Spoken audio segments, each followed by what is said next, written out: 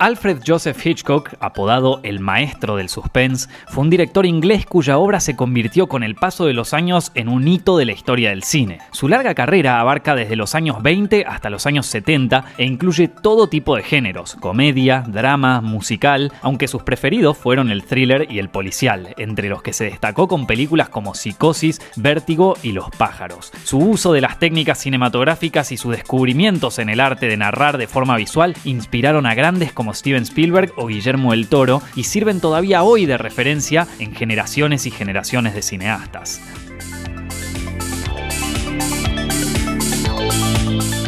Alfred Hitchcock nació en 1899 en un suburbio de Londres. Cuando tenía 5 años, algo lo marcó para toda la vida. Su papá le encargó llevar una nota a la comisaría y terminó siendo encerrado durante 10 minutos por haber sido un niño malo. El terror de no saber el motivo de su castigo le sirvió de inspiración a lo largo de toda su carrera. Como sus padres eran católicos de origen irlandés, Alfred fue educado en un colegio administrado por la orden jesuita en Tottenham. Este colegio tenía reputación por su disciplina. Especialmente famosos eran los golpes con bastón que se daban solamente al final del día, por lo que el culpable tenía que esperarlos durante horas. Hitchcock diría tiempo después que esa experiencia le hizo entender cómo funciona el miedo. Pero bueno, Alfred quería ser ingeniero, por lo que empezó a estudiar mecánica y acústica en una escuela nocturna. Esos conocimientos le servirían más tarde en su carrera, pero dos hechos lo pusieron en peligro: el estallido de la Primera Guerra Mundial y la muerte de su padre a los 52 años. Alfred, el único hijo que seguía viviendo con su familia,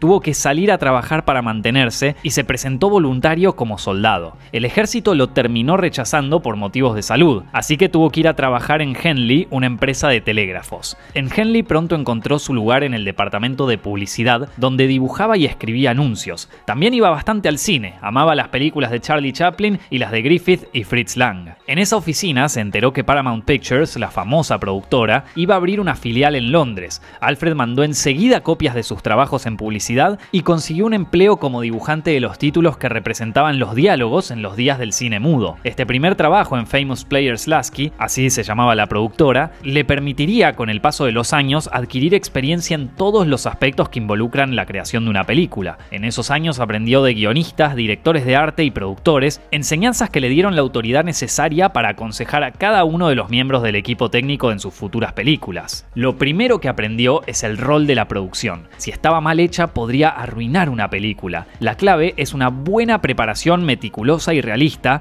que él decidió llevar a cabo con la ayuda de los storyboards dibujados por él mismo, con los que transmitía su visión antes incluso de empezar el rodaje. Este dominio del plan de rodaje era indispensable en una época en la que se tardaba mucho en poder ver el resultado de cada día de filmación. Otra intuición genial de Hitchcock fue lo rápido que entendió que el cine era un arte visual por encima de todo. Para él, el cine tenía que contar una historia de manera visual. A lo sumo el diálogo puede ayudar o distraer, pero la verdadera trama se cuenta en imágenes. Esta preferencia por lo visual, y recordemos que era la época del cine mudo, lo empujó a desarrollar infinidad de técnicas que todavía hoy impresionan por su destreza. Su trabajo con guionistas le hizo darse cuenta la similitud entre el cine y el cuento. Así como ese género literario se concentra en una sola idea, las películas que mejor funcionan son aquellas en las que una sola idea llega a su máximo desarrollo en el momento en el que la acción alcanza su clímax. Esta idea lo llevó a escribir guiones que adaptaban cuentos al cine, aunque todavía no pudiera rodarlos. 1922 fue el año en el que él trabajó por primera vez en un rodaje.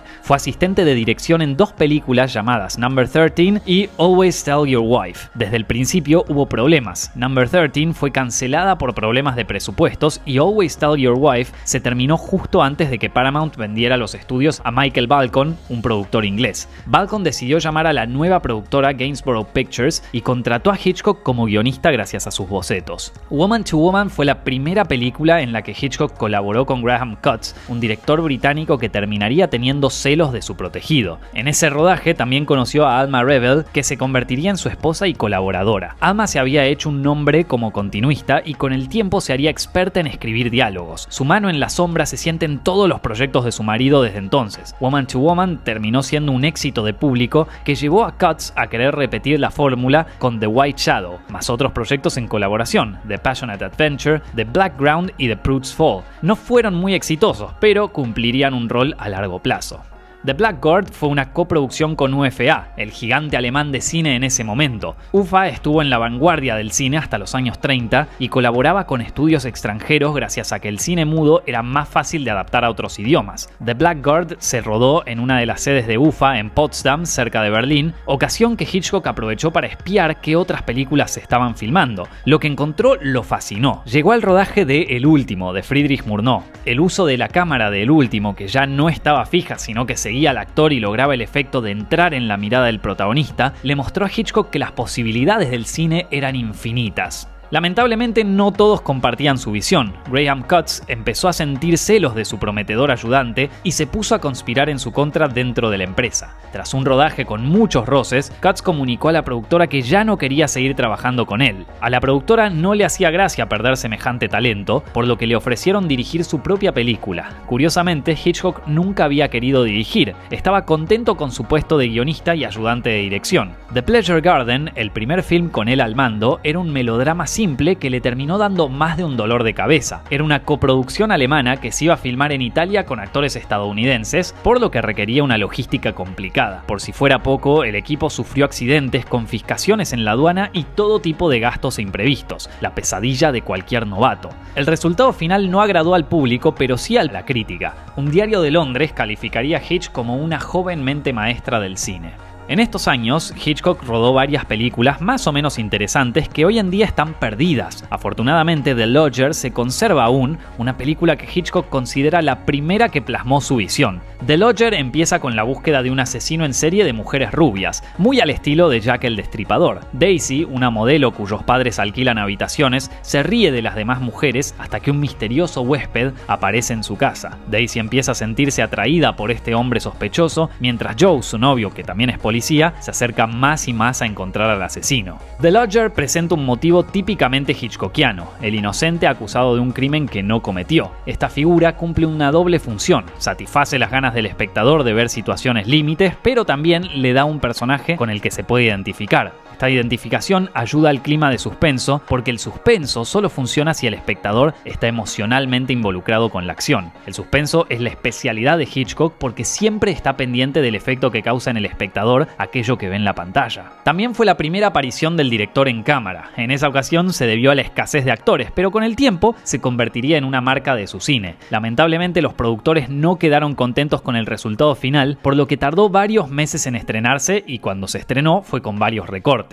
La prensa la declaró la mejor película británica hasta el momento. A pesar de estos avances, sus siguientes proyectos fueron un poco menos felices. Downhill y Easy Virtue, dos adaptaciones del teatro que pasaron sin pena ni gloria. Cansado del maltrato que recibía en la productora, Alfred renunció a Gainsborough y se sumó a British International Pictures, una compañía recién fundada. Su primer proyecto con British sería The Ring, un drama acerca de dos boxeadores que compiten por el título y la misma mujer. Inspirado por las escapadas del director para ver boxeo, The Ring es el único guión del maestro que no está basado en una obra anterior. El uso ingenioso de símbolos como la pulsera en forma de serpiente que lleva la mujer y las técnicas visuales que Hitchcock llevaba años perfeccionando consiguieron los aplausos de la crítica. Una técnica innovadora para la época, por ejemplo, fue el fundido encadenado, que muestra el ascenso de la carrera del boxeador fundiendo un plano de un cartel durante las distintas estaciones del año. Sus siguientes trabajos fueron más adaptaciones de obras de teatro, películas populares que solían agradar al público y un poquito más. Sin embargo, Hitchcock siempre aprovechaba esas oportunidades para innovar en la manera de contarlas. The Farmer's Wife, Champagne y The Manxman terminaron siendo sus últimas películas mudas. A principios de los años 30, el cine estaba a punto de cambiar radicalmente. Blackmail, una historia de chantaje, se convertiría en la primera película sonora de Gran Bretaña. Una modelo está a punto de ser violada y mata a su agresor. Su novio es el policía asignado al caso y le intenta encubrir. Un chantajista obtiene evidencia y los amenaza. Elementos clásicos de Hitchcock, una rubia en peligro y una persecución por un escenario icónico, en este caso, el Museo Británico. Como el cine sonoro estaba en sus inicios, surgieron problemas inesperados. Annie Ondra, una actriz alemana, era la protagonista. protagonista. Su acento no había sido un problema en los días del cine mudo, pero ahora era muy difícil de entender. Todavía no se podía separar el sonido de ambiente del diálogo, por lo que el doblaje era imposible. En vez de cambiar a la actriz, Hitchcock contrató a otra actriz, Joanne Barry, para decir sus líneas fuera de cámara, pero no en el montaje, sino durante el rodaje en el mismo set, mientras la actriz sincronizaba los labios como podía. Rodar en el museo fue un desafío. Para mejorar la iluminación en esas escenas, Hitchcock usó el procedimiento Shuftan a espaldas de los productores que no lo aprobaban. El procedimiento Shuftan consiste en el uso de miniaturas y espejos que las deforman hasta lograr el tamaño deseado. Blackmail fue un éxito de crítica y público que estrenó en sus dos versiones, una en sonora y otra muda para los muchos cines que no estaban preparados todavía. Juno and the Peacock siguió a Blackmail, una mezcla de drama y comedia y una adaptación de una obra de teatro. Juno encantó al público y crítica, pero dejó un vacío en el gran director. Me sentía un estafador, diría más tarde, porque Juno no tenía elementos cinematográficos propios. Todo lo que alababa la crítica era la historia y los elementos de la obra original. Si Hitchcock no podía rodar su propia versión de la historia, no estaba interesado en filmarla. Por eso no intentó adaptaciones de obras clásicas. A él le gustaba leer el libro una sola vez, olvidar los detalles y armar su propia versión con los recuerdos. Y con eso llegó Murder, que en Alemania se llamó Mary. Este fue el primer intento de hacer dos versiones en distintos idiomas de una misma película. Un policial de enigma, Murder nos muestra un asesinato y después toda la trama subsiguiente es encontrar quién fue el asesino. Al estrenarse pasó algo bastante curioso. La crítica alabó al director por el uso del monólogo interior para transmitir al público los pensamientos del protagonista y también por la aparición de una obra de teatro dentro de la película para mostrar al culpable. Hitchcock se murió de risa cuando se enteró de esto porque esos dos procedimientos los tomó del teatro de Shakespeare, trucos que tenían más de 500 años. La experiencia en alemán fue menos grata. Alfred se dio cuenta de que no tenía oído para los diálogos y las sutilezas en un idioma extranjero, por lo que la película terminó no funcionando muy bien en ese país. Los primeros años de la década del 30 fueron intensos en varios niveles.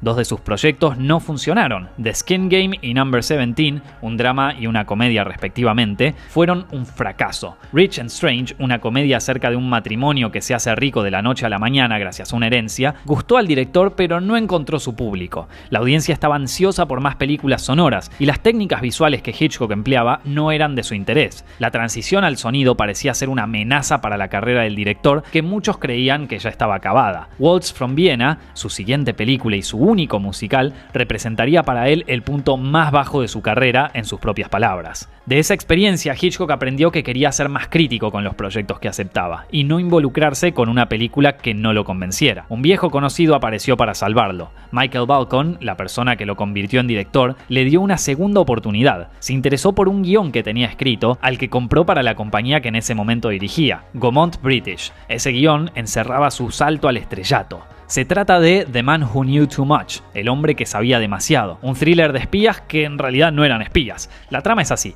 un matrimonio con una hija se va a Suiza de vacaciones. En el hotel conocen a un francés que antes de ser asesinado les revela un gran secreto. El jefe de estado va a ser asesinado en unos días en el Royal Albert Hall de Londres. Para evitar que la pareja vaya a la policía, los terroristas secuestran a su hija y empieza una carrera contrarreloj para parar a los terroristas y rescatar a su hija. Uno de los trucos del éxito del film fue la importancia que daba Hitchcock a las reacciones del público. La escena del asesinato iba a producirse durante una cantata que solo tiene un golpe de platillos. El público es introducido a los compases inmediatamente anteriores a través de ejercicios de prueba que hacen los espías para practicar el asesinato. Con estas marcas, el público participa de cada minuto de la cantata y conoce y espera el sonido temido y tiene toda la información necesaria como para involucrarse completamente. La película fue un gran éxito y catapultó por segunda vez la carrera de este gran director, que poco tiempo después dio el salto a Hollywood, donde haría grandes películas que lo hicieron mundialmente famoso, como North by Northwest, Shadow of a Doubt o Rear Window. Ni hablar de películas como Vértigo, Psicosis y todas las que mencionamos al principio.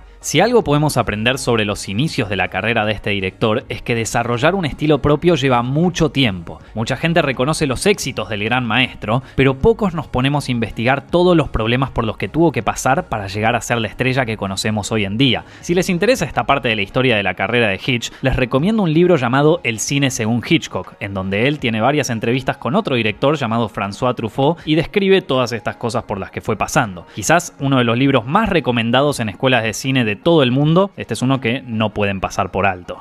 Estos videos están hechos con el apoyo de nuestros queridos suscriptores en Patreon. Si quieren ver más videos así, por favor consideren apoyarnos en patreon.com/zepfilms, donde también podrán acceder a más contenido exclusivo, preguntas y respuestas y más cosas especiales. Mi nombre es Nicolás Amelio Ortiz y nos estamos viendo la semana que viene.